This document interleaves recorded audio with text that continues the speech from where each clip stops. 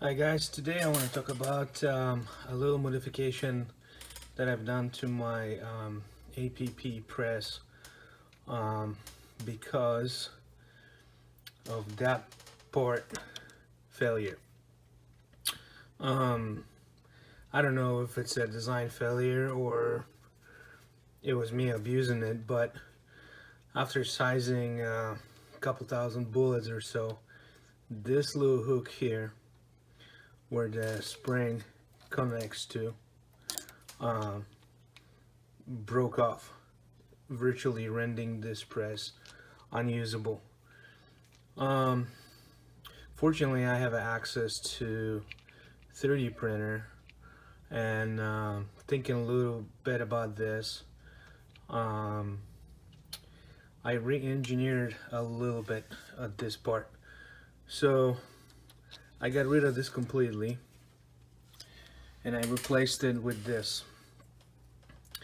It's a simple 3D printed part that slips right where the original part used to be.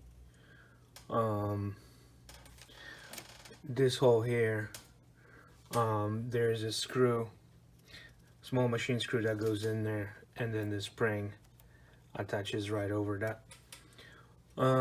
It took me a couple tries to come up with this thing, but finally I think I got it right. I made this cut in here so in case your bullet drops upside down and it sticks out of the sizing die, this will still back out without any problems. The file for this will be posted, or the link will be posted in the description.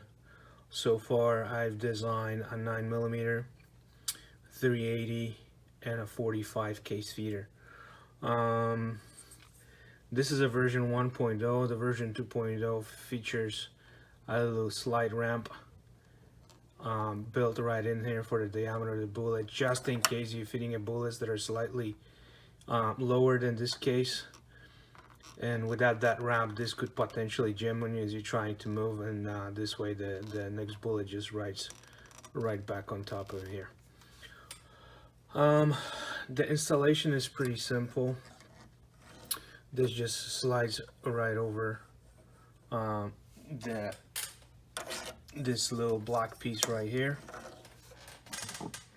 and all you need is the machine screw,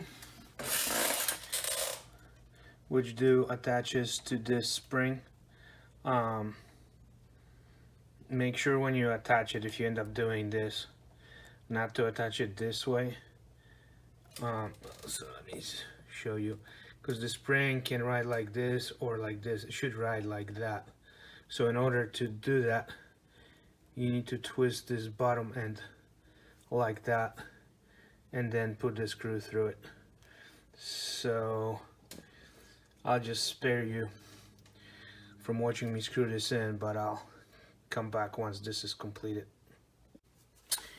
Okay, the part is on.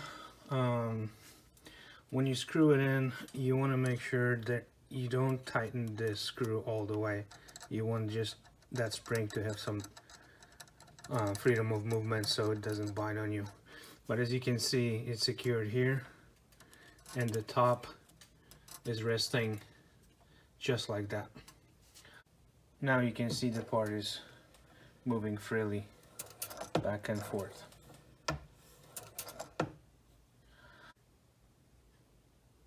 Another accessory I printed is this feeder block or tube holder block, whatever you want to call it. I didn't like the original part that came with the black part, because these tubes were very loosely sitting in there and they were flopping about. This is super solid. It is designed to work just like the black part. And online there will be two links to this, one for big tube, one for small tube. So let me put this back together and I'll show you how the system runs, sizing some bullets. Okay, all assembled together and good to go. I have, you know, I screw this part in, leaving in about 1/16 of an inch gap between this block and the tube holder. As you can see, I have bullets going tip down, and I have some bullets going tip up, to show you that it does really make no difference how you feed the bullets. They're all size, all the same. You might want to be more careful if you're feeding bullets that are round tipped, as the push bar on a feeder die may flatten your round tip. These are flat point truncated cones, so there's already flat tip anyway, so it makes no difference to me. But anyway, this feeder is capable of feeding bullets the right way or the upside down as well, because of that cutout in front of the block. So I'll show you how it works. Oh, one more thing. When you add this part on and this comes all the way back to grab a bullet, if it's not grabbing it, you might have this turned too far this way, so it pivots on this bolt, so you got a little bit room for adjustment that way or that way, whichever may be the case. Because this is printed by my printer, it's pretty close to the dimensions, you know, it's off a hair.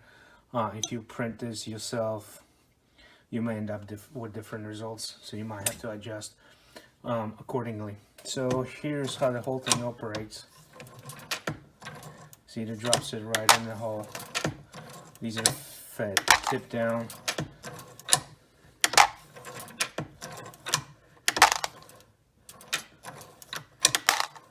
And here's the tip up. It makes no difference. Tip up. Tip down.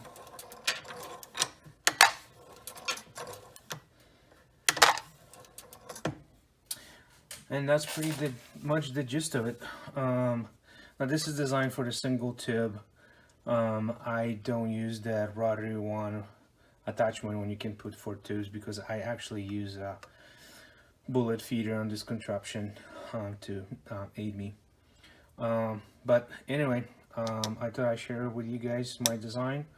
I know on those little fingers that this comes stock with, I had instances when the bullet would pop out and then a slew of bullet would come out following it.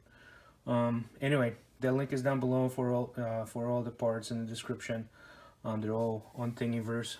For those of you who have access to a 3D printer, help yourself.